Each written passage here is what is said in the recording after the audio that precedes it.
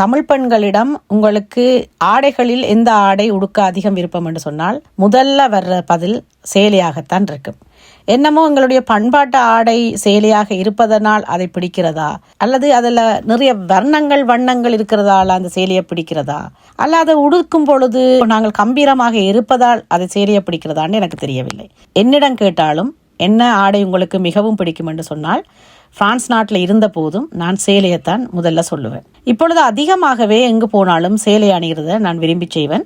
இந்த சேலையில் போகும் பொழுது எனக்கு ஏதோ நான் கம்பீரமாக இருக்கிற மாதிரியான ஒரு தோற்றம் ஒன்று வர்றதும் இருக்குது.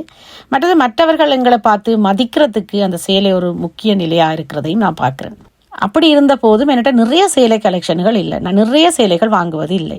சேலையில வாங்கிட்டு வீட்டுக்குள்ள வைக்கவும் வசதி இல்லை. இருந்தாலும் எனக்கு இந்த சேலையும் ஒரு பரிசாக கிடைச்ச சேலை தான்.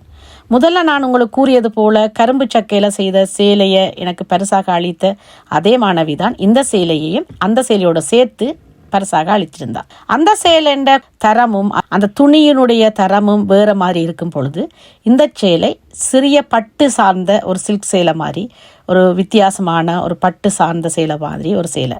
இந்த சேலையில எனக்கு பிடிச்சது என்னன்னு சொன்னால் இந்த சேலையினுடைய நிறம். கனகாலமாக கிரீன் கலர்ல சேலை வாங்கணும் என்று நான் ஆர்வமா இருந்தேன். ஆனால் வாங்குறதுக்கு எனக்கு சந்தர்ப்பம் கிடைக்கல, அல்லது வாங்கவும் முயற்சிக்கல என்றும் சொல்லலாம். கிரீன் கலர் சேலை உடுக்க பிடிக்குமே ஒழிய ஆனால் கிரீன் கலர் சேலை வாங்குறதுக்கு சந்தர்ப்பம் கிட்டல.